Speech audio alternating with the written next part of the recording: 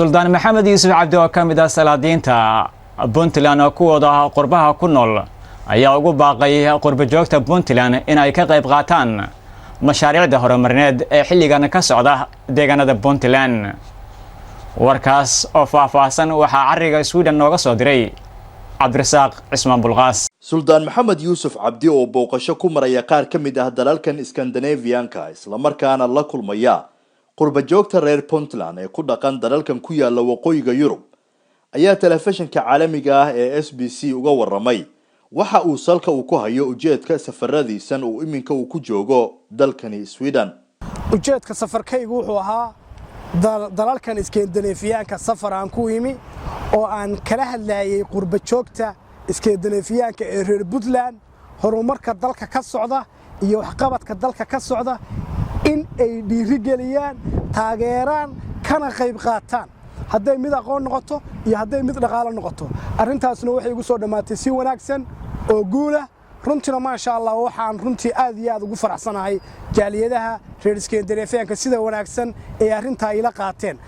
Suldaan Maxamed Yuusuf Cabdi ayaa sidoo kale baaq u diray jaaliyadaha Puntland ee ku dhaqan dalalkan Scandinavian-ka isagoona ku booriyay inay qayb lixaad leh ka qaataan mashaariicda horumarineed ee deegaanada Puntland iminka ka soconaya.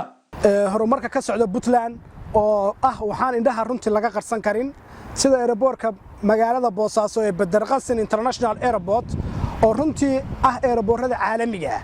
runtii waa waxa runtii indhaha laga qarsan karin ahna runtii wax haboon waxa uu madaxweynuhu u ballan qaaday markii xilka loo dooranayana ay ka mid ahay arrimihii uu ballan qaaday uuna fuliyay oo aan hadda sugayno sida hadalka madaxweynaha aan ka dhansanay sanadka cusub inuu noqon doono airport caalami ah anigoo hadda dalka Sweden jooga inta aan ka duulay Stockholm aan ka dagi karo Badarqasin International Airport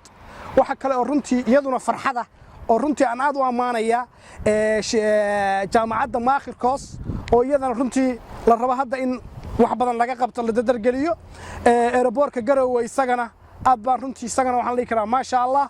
waxaan kale oo wadada Ceel Daahir ilaa Ceer Gaabo isku xidha iyadana waxa leenahay horumar runtii lagu faani karo weeye marka waxaan runtii leenahay ganacsatada laftigooda inay dawladda ay ku haleyn inay ka qayb qaataan qurba joogtuna inay ka qayb qaato horumarka dalka uu ka socda hadday mid aqoon noqon lahayd iyo hadday noqon lahayd mid dhaqaale ay ku bixiyaan maadaama qurba joogtu ay joogto adduun horumaray wadooyin caalamiya iyo airport international bale wixii dalkooda dib ugu celinayeen inay ugu celiyaan ayaan iyagana ugu baaqaynaa. Suldaan Maxamed ayaa geesta kale ka hadlay xaaladda dalka Soomaaliya iyo doorashada 2016 ee Soomaaliya. madaxweynaha dowladda federaalka ee Soomaaliya Xasan Sheekh Maxamuud iyo ra'iisul wasaarihiisa Umar Cabdirashiid Cali Sharmaarke iyo gudoomiyaha baarlamaanka Jawaari runtii waxaan uga fadhinaa oo ka sugaynaa inay doorashada xilligii loogu talagalay iyo waqtigii loogu talagalay ay qabtaan